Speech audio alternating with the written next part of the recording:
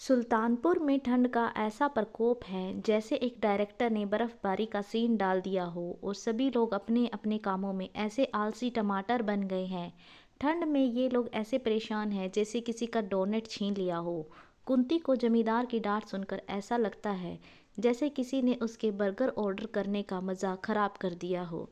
लेकिन उसकी आर्थिक मजबूरी उसे चुप रहने के लिए मजबूर कर देती है, जैसे गूंगे पेड़ पर चढ़ने के लिए कहते हैं। आगे बढ़ते हैं। जमींदार की पत्नी ठकुराइन जो कुंती की दुर्दशा देखकर ऐसे इमोशनल हो जाती है जैसे कोई म्यूजिक वीडियो देख रहा हो। वो अपने पति के व्यवहार की आलोचना करती है और अपनी सहानुभूति से एक महत्वपूर्ण सामाजिक संदेश देती है।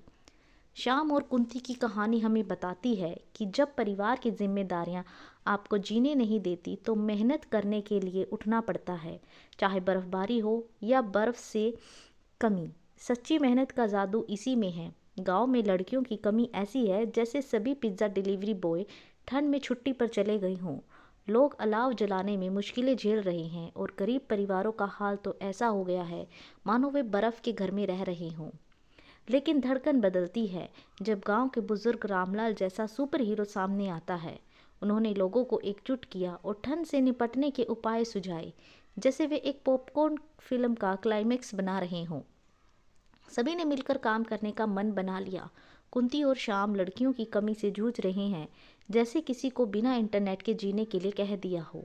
जमींदार और धनीराम जैसे लोगों की बेरुखी उनकी समस्याओं को और भी बढ़ा रही हैं, जैसे वो ठंड में खड़े होकर चाय की दुकान बंद कर दें।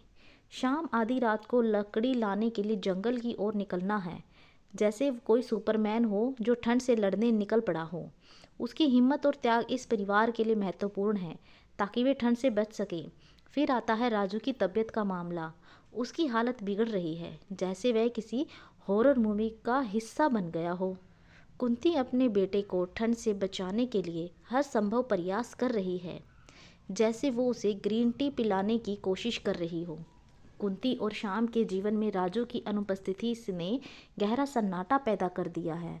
यह ऐसा है जैसे घर में पार्टी खत्म हो गई हो और सब चुपचाप बैठे हों। उनके घर की खुशियां अब केवल यादों में सिमट कर रह गई हैं। राजू की मौत के बाद गांव के लोग उसके परिवार की याद में अलाव जलाने लगे।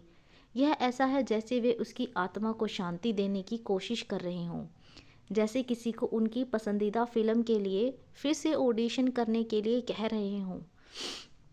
इस घटना ने गांव वालों को ठंड से मिलकर लड़ने की प्रेरणा दी। अब बुजुर्ग बच्चों को सिखाते हैं कि एकता में ही शक्ति है, जैसे एक पिज्ज़ा का टुकड़ा सबको मिलकर खा लेना चाहिए। आपको ये कहानी कैसी लगी हमें कमेंट करके ज़रूर बताना। अगर आप चैनल पर नए हैं तो प्लीज़ चैनल को लाइक शेयर और सब्सक्राइब ज़रूर कीजिए। Thank you so much.